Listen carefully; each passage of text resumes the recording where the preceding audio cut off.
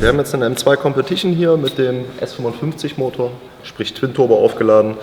Der Kunde hat das Auto, ich glaube jetzt 2 Jahre oder 2,5 Jahre, noch nicht viel gelaufen, ist das glaube ich so bei ca. 10.000 Kilometern in der Laufleistung. Kriegt jetzt von uns, nachdem er Fahrwerk Felgen bekommen hat, auch eine Stage 1 Leistungssteigerung. Hat sich dazu entschlossen, den sogenannten Crank-Up-Fix zu verbauen, um einfach vorzubeugen, bevor nachher Probleme mit den Steuerzeiten entstehen. Ist bei dem Motor ein altbekanntes Problem.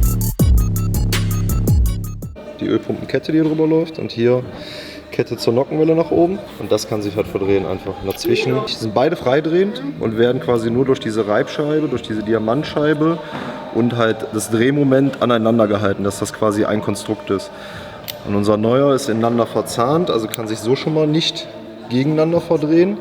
Ist nach hierhin ein Stück, also auch nicht wie hier zweiteilig, plus dass wir die Pinne machen, die wir in die Kurbelwelle bohren, dass wir auch nochmal die Verdrehsicherung hier vorne haben. Und dann hier vorne, dass die Schraube sich halt quasi zum Hub insgesamt nicht lösen kann, verschrauben wir den nochmal da rein. Wie ihr seht, wir haben hier noch ein riesen Varieté liegen an Dichtungen und Schrauben, die mit erneuert werden, weil das Ganze schon ein großer Aufwand ist. Vorderachse muss raus, Ölwanne muss ab, um da einfach eine saubere Arbeit durchzuführen.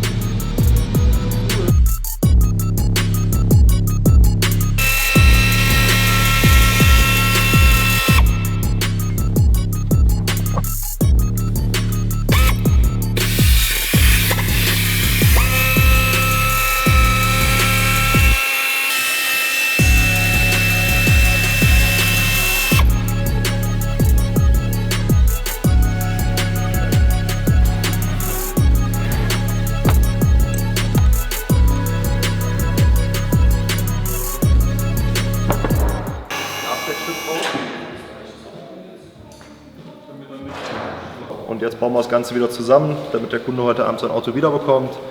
Stage 1 müssen wir noch machen, auf den Prüfstand gehen wir noch, Probefahrt machen, und dann sind wir hoffentlich in ein paar Stunden durch.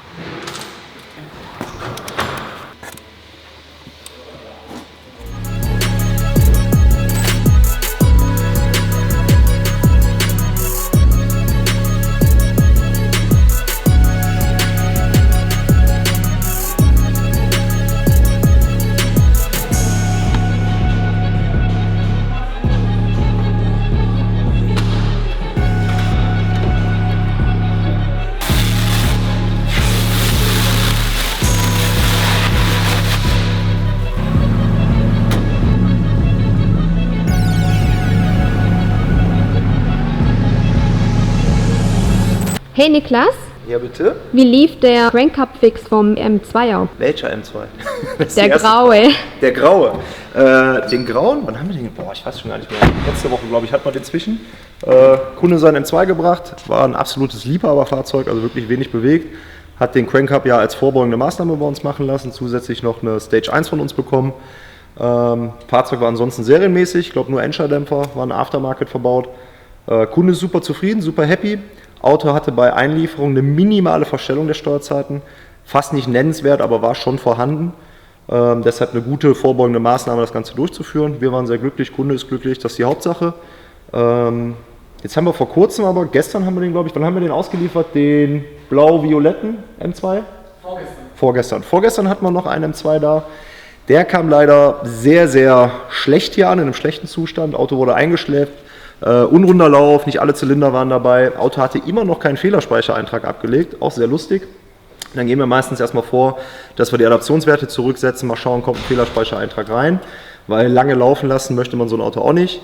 Dann können wir aber eigentlich schon am Motorlauf feststellen, plus der Schwingungsdämpfer war schon am Eiern, da unten scheint wohl was passiert zu sein. Pass auf, ich nehme euch einfach mal mit und zeige euch mal kurz die alten Bauteile, die wir rausgeholt haben, und dann sieht man eigentlich schon ganz gut, was diesem Auto widerfahren ist.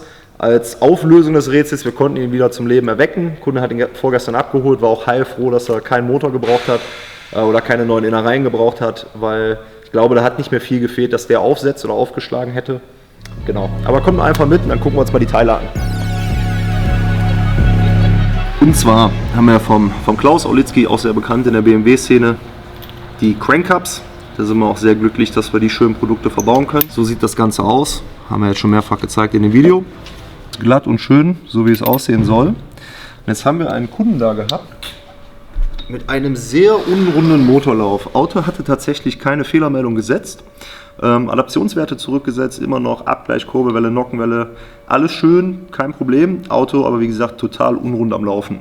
Dann haben wir schon gesehen, dass unten die Riemenscheibe, der Schwingungsdämpfer leicht am Schlackern war. Haben dann erstmal angefangen mit so Basisprüfungen, die wir halt immer vorab durchführen. Und dann haben wir angefangen, das Auto zu zerlegen. Als der Michi, einer von unseren Jungs, die bei uns die Crank-Up fix durchführen, die Zentralschraube lösen wollte, die ist, glaube ich, mit einem Drehmoment von ca. 600 Newtonmeter fest, kam ihm die Schraube quasi schon fast entgegen. Also die war schon super locker. Die hatte vielleicht noch ein Lösemoment von 150 Newtonmeter, also die war kurz vorab. Dann ist uns direkt aufgefallen, lass mich mal schauen, ich mache dir mal ein bisschen Licht, dass man da drin in dem Crank-Up selber schon extreme Fressspuren sieht. Siehst du das, Barbara? Ja. Da sieht man schon, der ist gar nicht mehr so schön glatt von innen, wie er sein soll. Und dann geht es hier weiter. Dann haben wir das Rad für die Ölpumpe abgenommen und haben dann auch hier auf dem Zapfen wieder extreme Fressspuren gesehen. Siehst du auch, guck mal, wenn du von hier innen rein siehst, da siehst du es auch wieder extrem. Da sieht man nämlich, wie sich diese Räder wieder gelöst haben. Ja, da fällt uns schon die Reibscheibe entgegen. Und dann hier auf dem Zapfen gearbeitet haben. Das sollte natürlich nicht passieren, weil diese Räder sollten im besten Fall durch das Anzugsmoment natürlich so festgehalten werden. Also dieses Rad von der Ölpumpe hat sich hier drauf schon leicht gemahlen, beziehungsweise der Hub in dem Rad. Die Schraube hat in dem Zapfen schon gearbeitet. Und das Rad zur Nockenwelle ist komplett festgebacken. Also wir haben schon versucht, mit dem Abzieher einfach mal abzuziehen, aber das ist so festgebrannt auf der Welle, das bewegt sich keinen Millimeter mehr. Das würde in einer Position jetzt, denke ich mal, festgefressen sein, nachdem sich die ganzen Steuerzeiten verstellt haben. Wir hatten eine Verstellung von fast 5 cm. Also es war schon, der war schon gut dabei, der Kollege. Plus, dass wir hier im Nockenwellenrad, das sieht man sehr schlecht, aber auf jeden Fall auch noch ein Haarriss haben in einem der Ritze. Also der war wirklich kurz vor Tod, sage ich mal. Da haben wir noch gut reagieren können. Der Kunde ist schon vom Schlimmsten ausgegangen. Wir haben ja auch das Glück, dass wir eigentlich immer Austauschmotoren hier liegen haben. Also hätten wir den Motor auch direkt wieder fit machen können eigentlich mit Gebrauchteilen oder Neuteilen, je nachdem wie die Kunden das wünschen. Wir haben ja so ziemlich alles auf Lager für Porsche, BMW, AMG. Ich glaube, es gibt irgendwie nichts, was wir nicht haben. Ja, aber nochmal Glück gehabt. Nachher nochmal eine Druckverlustprüfung gemacht. Auto läuft, super, Lokfahrten gemacht. Das ist auch immer nochmal, was wir im Nachgang machen. Einfach Parameter gucken.